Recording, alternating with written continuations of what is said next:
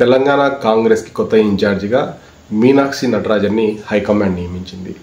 అయితే ఈమె ఢిల్లీ నుంచి హైదరాబాద్ చేరుకోక మునిపే పీసీసీ ప్రెసిడెంట్కి ఒక స్పష్టమైనటువంటి మెసేజ్ని పంపించారు. ఏంటంటే తనని రిసీవ్ చేసుకోవడానికి పెద్ద ఎత్తున జన సమీకరణ కానీ, లేకపోతే శాల్వాలు కప్పడం కానీ, లేకపోతే అక్కడ మేళతలాలతో ఊరేగింపడం కానీ ఇట్లాంటివేమీ చేయకూడదని చెప్పి చాలా స్పష్టమైనటువంటి మెసేజ్ని పీసీసీ ప్రెసిడెంట్కి పంపించింది. దానికి తగ్గట్టుగానే కాంగ్రెస్ నాయకులు ఆమెను రిసీవ్ చేసుకోవడానికి రైల్వే స్టేషన్కి వెళ్ళారు. చాలా సింపుల్గా వెళ్ళారు, చాలా కూల్గా ఆవిడని రిసీవ్ చేసుకున్నారు. అయితే మీనాక్షి నటరాజన్ కూడా అంతే సింపుల్గా భుజానికి ఒక చేతి సంచిని తగిలించుకునేసి ఢిల్లీ నుంచి వచ్చారు. సాధారణంగా వేరే ఇతర ఏ నేతలైనా సరే ఢిల్లీ నుంచి హైదరాబాద్ రావడానికి ఫ్లైట్లో వస్తారు. ఇవి మాత్రం సింపుల్గా ట్రైన్లో వచ్చారు. ఆమె చెప్పినట్టుగానే చాలా సింపుల్గా వచ్చారు. నాయకులు వెళ్ళి ఆమెను కలిశారు. ఆ తర్వాత ఆమె సరాసరి గాంధీ భవన్కి వెళ్ళిపోయేసి ఆమె మొదటిసారిగా బాధ్యతలు స్వీకరించడం వల్ల గాంధీ భవన్లో కాంగ్రెస్ నాయకులతో ఒక గట్టి సమావేశాన్ని ఏర్పాటు చేసుకున్నారు.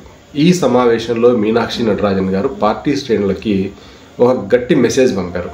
ఏంటంటే ఇతర పార్టీల నుండి కాంగ్రెస్ పార్టీలోకి వలస వచ్చినటువంటి నాయకులకి ఇక మీదట ఏ పదవులు ఇవ్వబోము ఉండము అని చెప్పేసి చాలా గట్టిగా చెప్పారు. అంటే పారాచూట్ నాయకులకి ఇక మీదట కాంగ్రెస్లో ఎట్లాంటి పదవులు లభించవు అని చెప్పి ఆమె గట్టిగా విస్పష్టంగా ప్రకటించారు.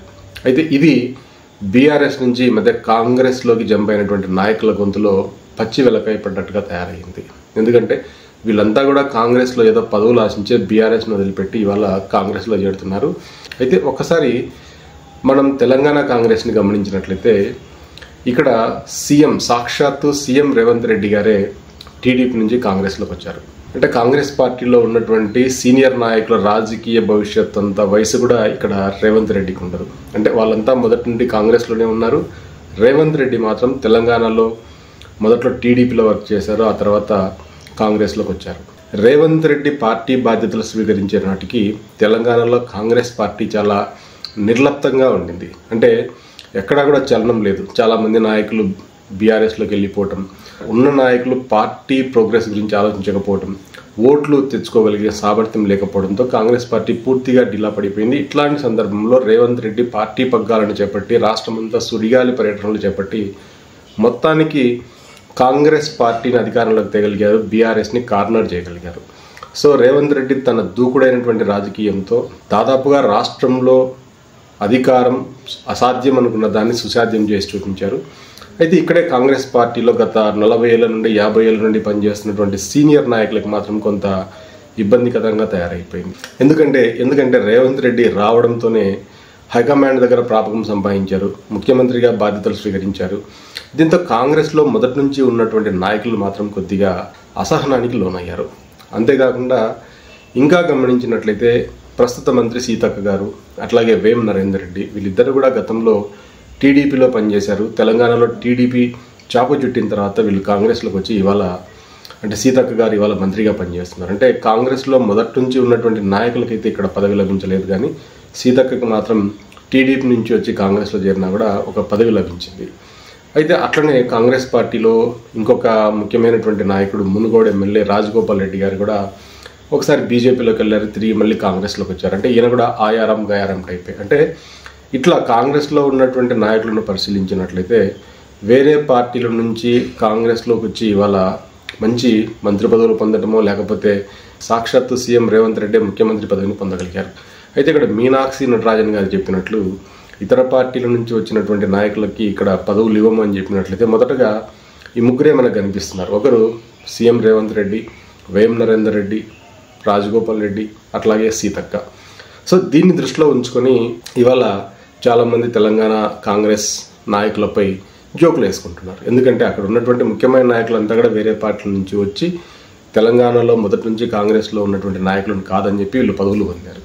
మళ్ళీ వీళ్ళు ఇవాళ ఈ విధమైనటువంటి స్టేట్మెంట్స్ ఇవ్వడం వల్ల కాంగ్రెస్ పార్టీ ఆలోచన ధోరణి ఏంటి, లేకపోతే కాంగ్రెస్ పార్టీ ఏ విధంగా ఆలోచిస్తుంది అనేది ప్రజలకు అర్థమవుతుంది. అంటే కాంగ్రెస్ పార్టీ ఒక స్పష్టమైనటువంటి విధానం లేదు, అవసరానికి అనుగుణంగా తమ ప్రణాళికలను మార్చుకుంటూ పోతుంది అని చెప్పేసి ఇక్కడ అర్థమవుతుంది. సో ఇదే విషయాన్ని దృష్టిలో ఉంచుకొనే మాజీ మంత్రి జగ్గారెడ్డి కూడా ఈ మధ్య కాంగ్రెస్ పార్టీ పైన కొంత ఆవేశానికి లోనయ్యారు.